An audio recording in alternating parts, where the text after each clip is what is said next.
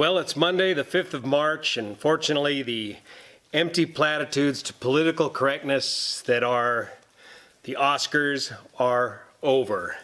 And thanks to the modern miracle of the internet, we don't have to suffer through these endless speeches of empty platitudes to political correctness. We can just simply get the results of the Oscars.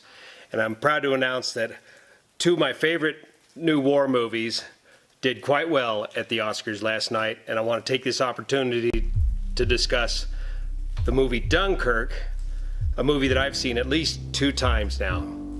The other movie, of course, being Darkest Hour, where Gary Oldman won Best Actor, and they also won a category for Best Makeup. I've not yet seen that movie, and I'm very much looking forward to seeing that. My name's Juan Brown, you're watching the Blanco Lirio channel, and I wanted to discuss Dunkirk from a pilot's perspective. Personally, I'm not much of a moviegoer. Why? Because movies these days just seem so phony, rely too much on CGI, computer graphics, and are simply too loud. Those of us that are aging and already have enough tinnitus just can barely stand the roar that these movies present in a movie theater format, and you have to bring a set of earplugs or Bose headsets to calm down the noise, and you still can't hear the dialogue. Dunkirk's director, Christopher Nolan, goes a long way towards taking a lot of those old shortcomings of the old war movies and makes Dunkirk one of the most intense and realistic war movies that I've seen in a long time. Let's talk about what Christopher Nolan got right. I know there's some technical bits that he got terribly wrong as a pilot, but still, what he got right far outshadows any shortcomings. First off, is Dunkirk really a war movie, or is it more of a movie of survival? And that's the story of Dunkirk. It's simply a story of survival. And that appeals to an even wider audience, especially when Christopher Nolan takes kind of a Alfred Hitchcock suspense sort of approach to the whole survival story. It appeals to every fundamental fear that you have as a human, the fear of falling, the fear of drowning, the fear of burning, the fear of being crushed, the fear of something marching after you that you can't quite escape. Nolan then takes 3 different stories, 3 different timelines, and melds them together, a timeline of 1 week, 1 day, and 1 hour, land, sea, and air. He then takes those 3 different characters and simply puts them into a situation. Unlike most war movies where you have the one protagonist and you're seeing the war through his eyes, in Dunkirk you're seeing 3 different actors from 3 different timelines, simply their reaction to events going on around them. The enemy is basically never seen in the movie and is barely even referred to as anything other than the enemy. One of the great stars of the movie of Dunkirk is not an actor at all, it's a machine. It's the beautiful British Spitfire. And what Nolan does correctly is he gathers up 3 accurate Spitfires. He gathers up Stephen Hinton from Chino, California to fly these aircraft accurately. He also acquires a Yak, I forget which model of Yak, but modifies that Yak to somewhat look a bit like a Spitfire. He's able to modify it enough to get giant film cameras, the IMAX size film cameras, not digitized. He crams those cameras into the cockpit of this Yak, and then he sticks the poor actors in the front seat of this Yak and gets them in the air with the other Spitfires flown by Steve Hinton and his crew to get accurate air-to-air shots without any use of CGI and without any digitization of the film.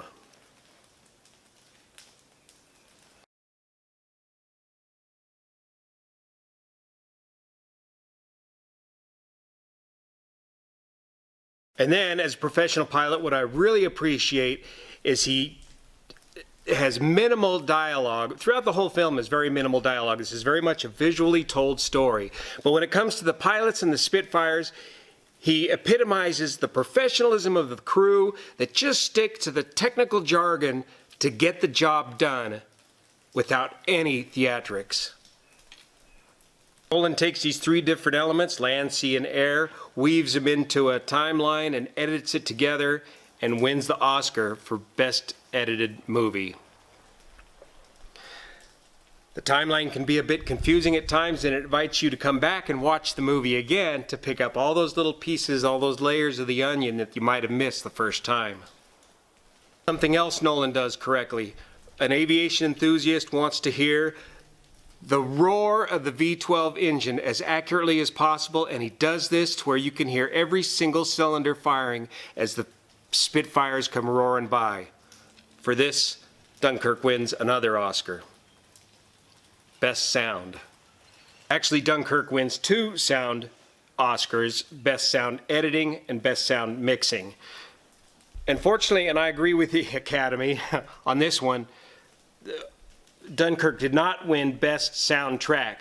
Hans Zimmerman does a fantastic job with the soundtrack of Dunkirk, with his shepherd's tone, build-up of suspense.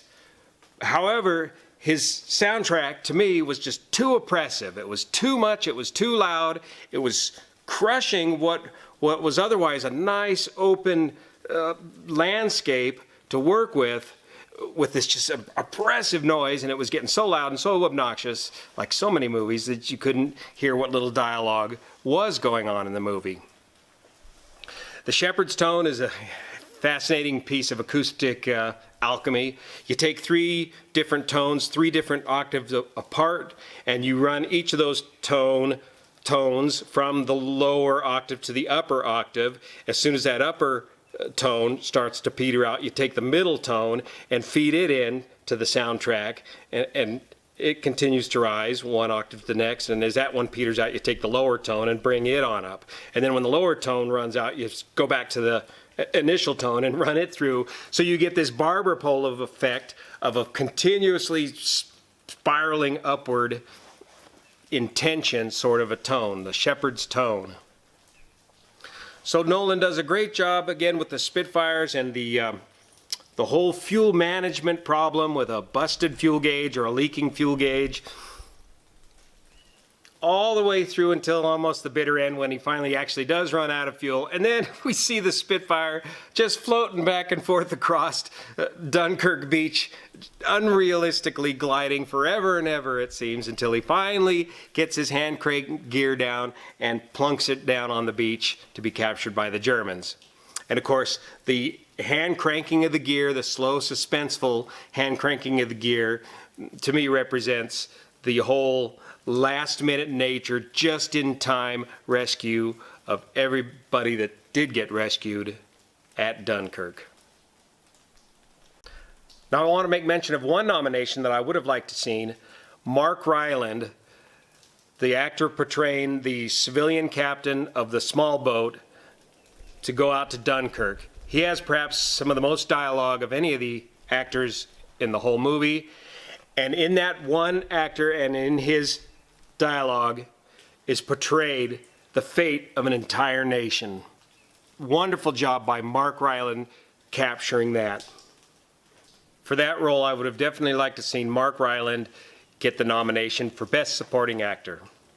Another important thing about the casting of Dunkirk is Chris Nolan accurately cast age-appropriate characters. Instead of taking the typical Hollywood notion where you take a 30-year-old famous Hollywood star and have him portray an 18-year-old kid in war, he got relatively, to me at least, unknown actors to play each of the parts in age-appropriate parts. So Dunkirk comes home with 3 Oscars: Best Film Editing, Best Sound Mixing, and Best Sound Editing. I've seen the movie twice. I'm going to go see it again. I highly recommend it. You check it out too. I'm looking forward to your comments on what you thought of the movie Dunkirk as well. Now let's have some fun discussing some of the technical nature of actually flying a Spitfire in combat. This information is taken directly from a briefing by the controversial Battle of Britain hero Douglas Bader in a briefing that he gave around 1965.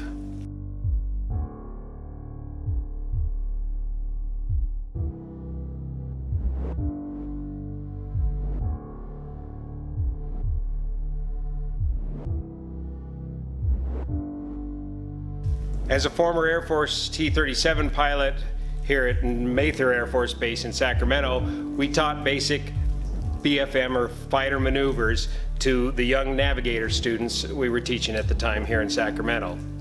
One of the first things you learn in aerial combat is if you cannot get a kill in within a matter of seconds or so, you need to get out of the fight and start over. One of the best ways to make an effective kill in aerial combat is to sneak up on your opponent in these aircraft approximately 200 yards behind them, where your 8 machine guns merge, and dispatch your opponent with one short burst. That, of course, requires the element of surprise. When you're doing aerial combat with 2 different types of aircraft, you have to know and understand the advantage each aircraft has over the other, and you have to bring the advantage of your aircraft to the fight. For example, if in the event that the Me-109 pilot realizes he has a Spitfire on his tail, one of the first things the Messerschmitt pilot's going to do is dive away from the Spitfire. He knows he has a superior speed and diving capability in getting away from the Spitfire. Not only that, the Messerschmitt is fuel injected. The Spitfire, however, is still carbureted. So when the Messerschmitt pilot dives down, he can achieve full power in that dive right away without his engine missing a beat. The rookie Spitfire pilot, if he just instinctively follows the Me-109 in this sharp dive down, he's going to pull what's called negative G's. He's going to pull, as Douglas Bader says, the gravy out of the carburetor, and that engine in the Spitfire is going to start spitting and sputtering and coughing, such that as Bader says, spanners and dust are going to start erupting from underneath your floorboards. And during that time period, the Me-109 is simply going to get distance and escape the fight. So what does the Spitfire pilot need to do? He needs to learn to develop a maneuver to remain positive G on the Me-109. Let me switch sides here. So now what the experienced Spitfire pilot does is when the Me-109 starts his dive, he begins a rolling maneuver to keep positive G on the aircraft and keep the motor running at full speed ahead and attempt to keep the Me-109 in sight while he performs this maneuver. He gets that aircraft heading straight down, and he continues his roll out either all the way around to the left or whatever it takes to get back onto the Me-109's tail, but most importantly, to not lose sight of the Me-109 while he's performing this maneuver in an effort to keep his engine running. Now the Me-109 pilot has to gingerly pull his aircraft out of the dive without ripping the wings off of it. And I indicate a roll to the left because if you've been practicing your rolling in your Spitfire, you're probably going to find that it rolls easier to the left following the torque of the engine. Now if the tables are turned, which is they so often and incredibly rapidly do, and the Spitfire pilot finds the Me-109 on his tail, the Spitfire pilot knows that he can outmaneuver, he can outturn the Me-109. So the first thing the Spitfire pilot wants to do is immediately start a turning fight. In such a turning fight that the Me-109 cannot keep up with, the Me-109 cannot get the deflection that he needs to get a shot off on the Spitfire. When you're in one of these turning fights, the shooting aircraft needs to get his nose up so far ahead to lob those shells right into the turning aircraft ahead of him. But if the Spitfire can continue to keep that turn going, the Messerschmitt can never get the deflection shot to get the Spitfire. Again, if you cannot get this kill done within a matter of seconds, it's time to break off the fight and live to fight another day. Pick a better match. Another thing about the Messerschmitts that are coming over the channel to attack Britain, they only have about 55 gallons of fuel, and that leaves them only a matter of minutes of combat reserve time. And regarding this first shot, the best shot of sneaking up on your enemy and dispatching him before he even knows you're there, There is no chivalry in air combat. You simply need to get the job done.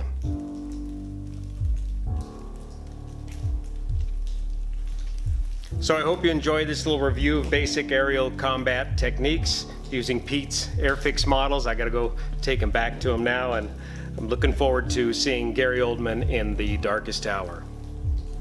See you here.